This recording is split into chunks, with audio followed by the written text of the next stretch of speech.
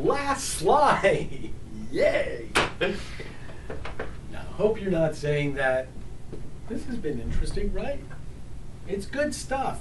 It's stuff that seems really basic, rudimentary, and obvious, but it's not. And you know it's not because you're going, yeah, oh, yeah. Sure, I know that. Yeah, it's a refreshing review, and that's important. So use this webinar. Keep coming back to it if you ever forget or you want to remind yourself. I love this part. I think it's my favorite part, my favorite subject, which is EQ, emotional intelligence.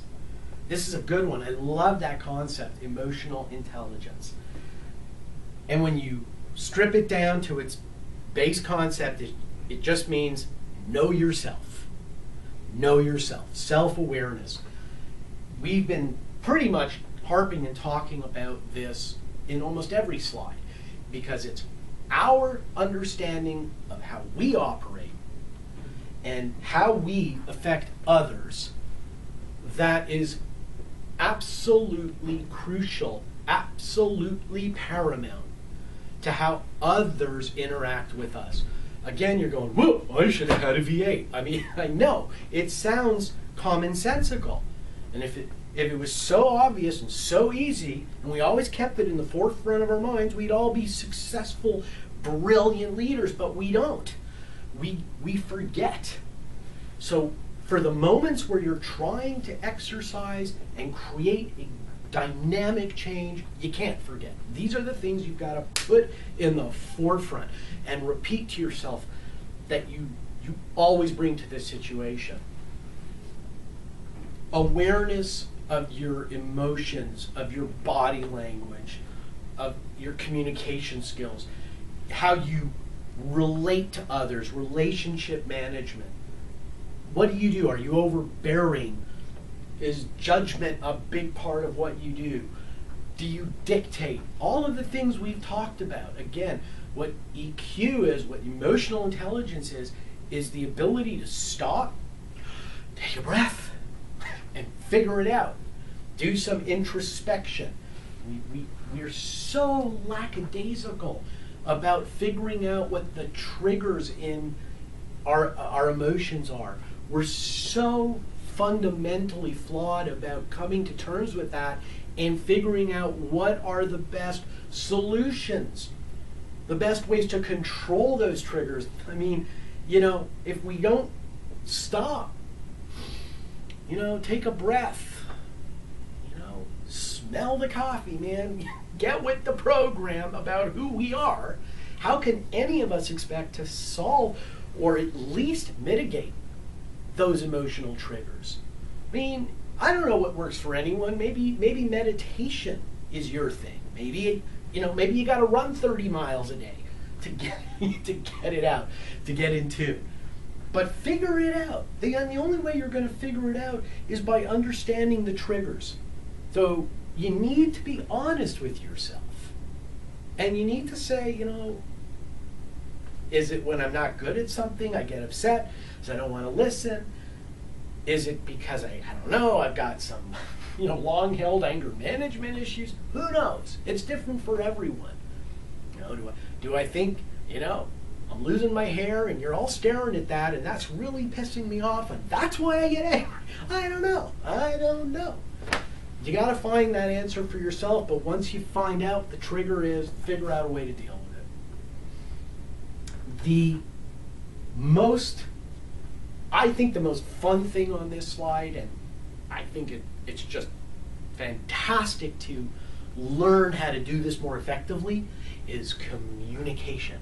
Something I like to think I'm pretty good at. Communication is very hard to understand because it has many different forms. Obviously, you communicate differently depending on the circumstance, the challenge, the environment. We communicate differently when we're romantic. We communicate differently when we're delivering a political speech. We communicate differently when we're giving direction. We communicate differently when we're comforting someone. They're all different. One of the best classes I ever took was something called nonviolent communication. It's a method of interaction that's taught especially for people involved in mediation. And it expresses and explains how we as individuals understand when someone is hurt or someone feels belittled or shortchanged in some respect. The best way to try to resolve their feelings and move forward. I'll give you an example.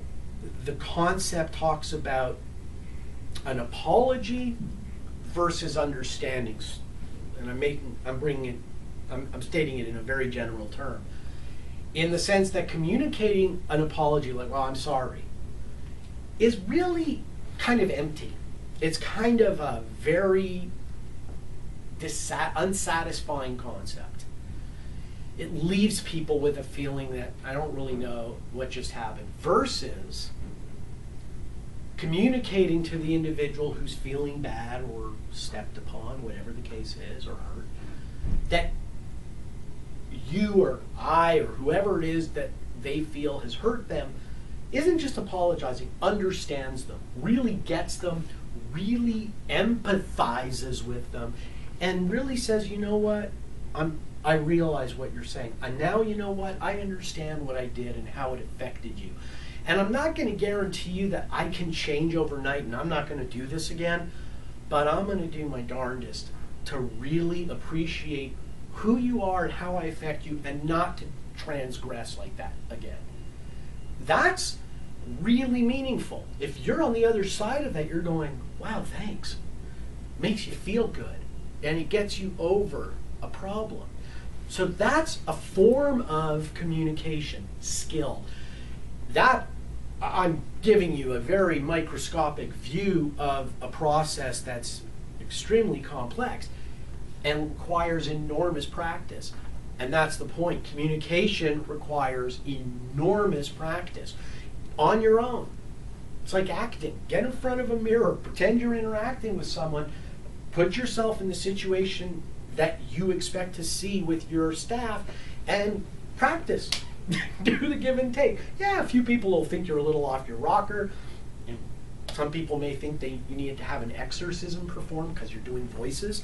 That's okay. That's okay. Trust me, communication skills are vital. Okay, the last thing I want to focus on, again, you can read the other elements on the slide. They're obvious. Just keep them handy. Refer back to the webinar. The last thing I want to talk about, optimism. And I want to end on that. Because really, this whole webinar about management basics is about optimism. It's about how do you communicate that to your people? How do you get them to internalize it and give it back to you?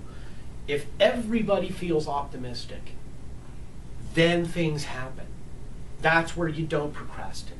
That's where we move forward. That's where we see big dreams, ideas. That's where we feel part of something. All that contributes to a sense of optimism. Because as we become effective leaders, as we learn to listen, to emphasize, to focus on other people, to contain our negative triggers, all of these things, that will drive the optimism, and it will drive success. So I hope all of this stuff was meaningful, or some of it, you gleaned some of it and said, wow, I need to get a little better at that. I need to focus more on that. I really understand how I can bring this into my day-to-day management skills. All right, class dismissed. Thank you very much. I'll look forward to seeing you on the next webinar.